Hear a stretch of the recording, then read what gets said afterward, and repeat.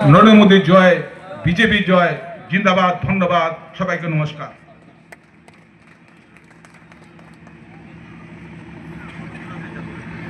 খারাপ ভিডিও করে নি।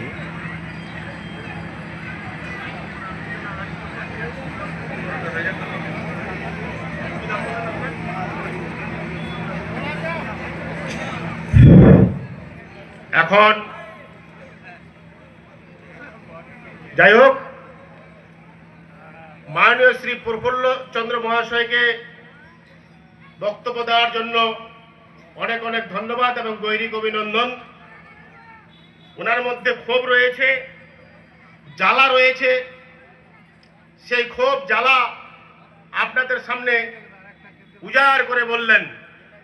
তৃণমূলে কি আছে উনি ভালো করেই জানতেন, তা উজাড় করে বললেন। তৃণমূল যে দলটাতে উনি ছিলেন, কত কষ্টের মধ্যে ছিলেন সেটা আমরা ওনার বক্তব্যের মধ্যেই বুঝতে পারলাম।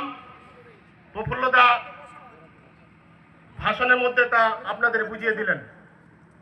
এখন আপনাদের মাঝে এক আমাদের কার্যকর্তা বাসুদেব হালদার, এই বুতেই বাড়ি,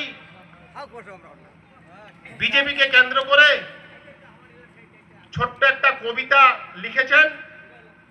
সেই কবিতাটি আপনাদের সামনে পাঠ করে শোনাবেন। বাসুদেব দাকে অনুরোধ করছি, আপনার কবিতাটি শোনান।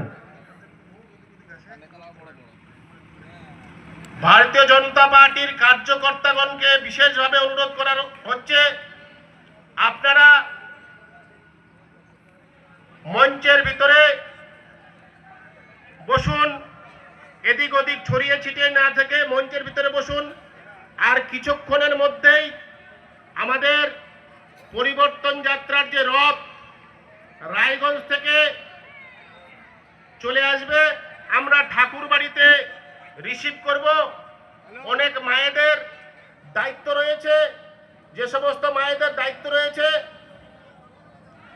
রথ রিসিভ করার জন্য, তারা কিছুক্ষণ বাদে ঠাকুর বাড়িতে চলে যাবেন রথ রিসিভ করার জন্য।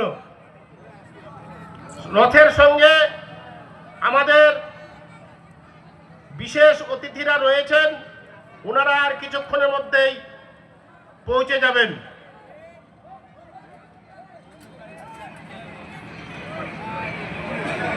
উপস্থিত ভারতীয় জনতা পার্টির সমর্থনকারী এবং যারা সমস্ত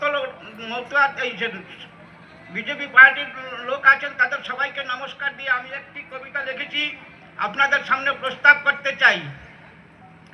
কবিতাটি হলো মানে আমাদের ছোটবেলার কবিতা নিয়ে, আর কবিতাটা হলো মমতা দিদিকে সবাই দিদি বলে, আমি অনেকে মুসলমানরা বুয়া বলে, তাই আমি বুয়া ভাষা দিয়ে একটি কবিতা লিখেছি, আপনারা শুনুন। আতা গাছে পাতা নাই,